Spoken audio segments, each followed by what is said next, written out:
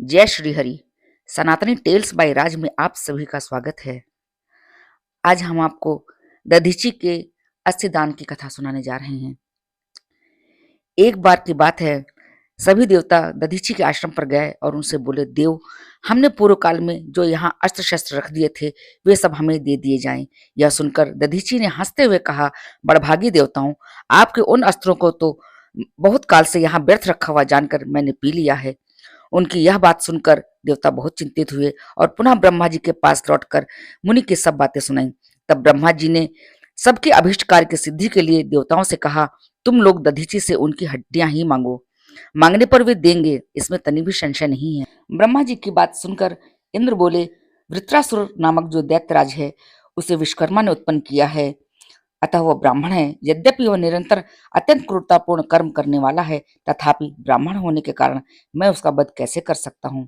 इंद्र की बात सुनकर ब्रह्मा जी ने अर्थशास्त्र को प्रधानता देने वाली युक्ति से उन्हें समझाया और इस प्रकार कहा, देवराज, यदि कोई आतताई मारने की इच्छा से आ रहा हो तो उस तपस्वी ब्राह्मण ही क्यों ना हो, उसे अवश्य ही मार डालना चाहिए। ऐसा करने से वह ब्रह्म हत्यारा नहीं हो सकता। ब्रह्मा जी का यह वचन सुनकर इंद्र ने कहा, भगवान, दधीची के वध से निश्चय ही मेरा पतन हो जाएगा। उस ब्राह्मण की हत्या से सभी तरह के महान पाप अपने को लगेंगे, अतः हमें ब्राह्मणों का अनादर नहीं करना चाहिए। परम धर्म अदृष्ट रूप है। विज्ञ पुरुष को उचित है कि वह श्रेष्ठ विधि के अनुसार मनोयोग पूर्वक उस धर्म का पालन करे।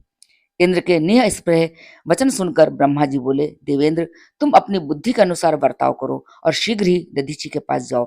कार्य की गुरुता को दृष्टि में रखकर दधीची की हड्डियां मांगो। बहुत अच्छा कहकर इंद्र ने ब्रह्मा जी की आज्ञा स्वीकार की और गुरु बृहस्पति तथा संपूर्ण देवताओं के साथ दधीची के मंगलमय आश्रम पर गए।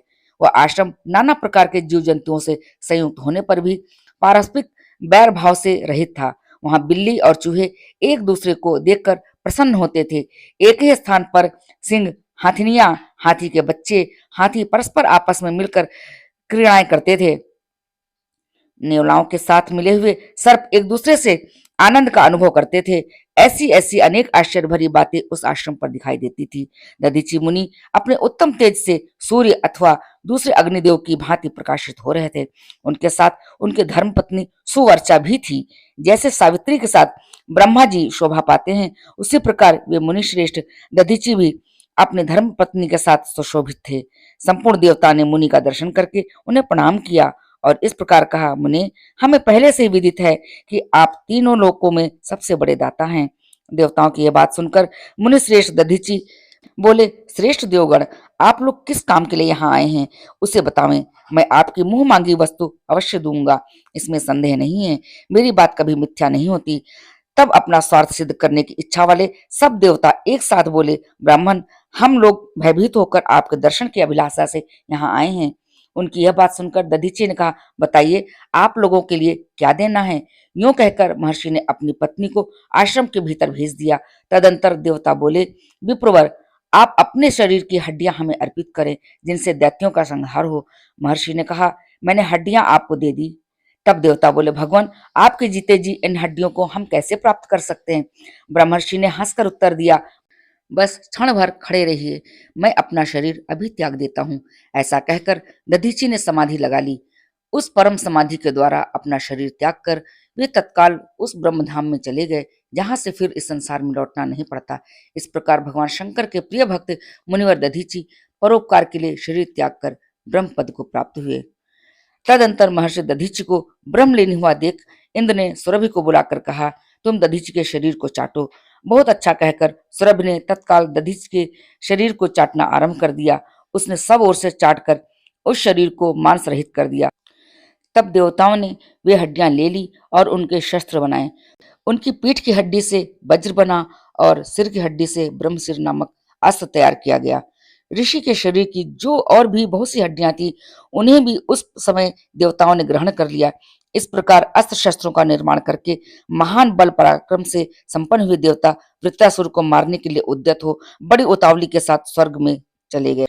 तत्पश्चात महर्षि दधीचि की पत्नी सुवर्चा देवी, जिन्हें देवताओं की कार्य सिद्धि के लिए महर्षि ने आश्रम के भीतर भेज दिया था, वहां पुनः लौटकर आई और वहां जो कुछ हुआ था वह सब उन्होंने अपनी आंखों से देखा। यह सब देवताओं की ही करतूत है। ऐसा जानकर उस सती साध्वी सुवर्चा के मन में बड़ा क्रोध हुआ।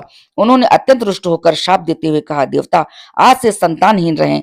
तपस्विनी सुवर्चा ने इस प्रकार देवताओं को शाप दे दिया और स्वयं एक पीपल वृक्ष के मूल भाग में बैठकर रोदन करने लगी।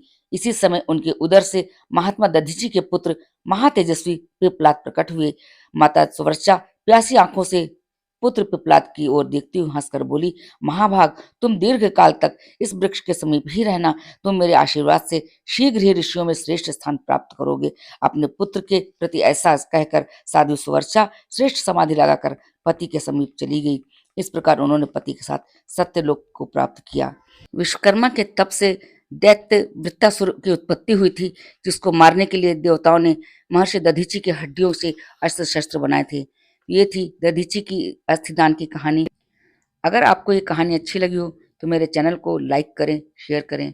आगे भी ऐसी वीडियोस देखने के लिए मेरे चैनल को सब्सक्राइब करें। जय श्री हरि।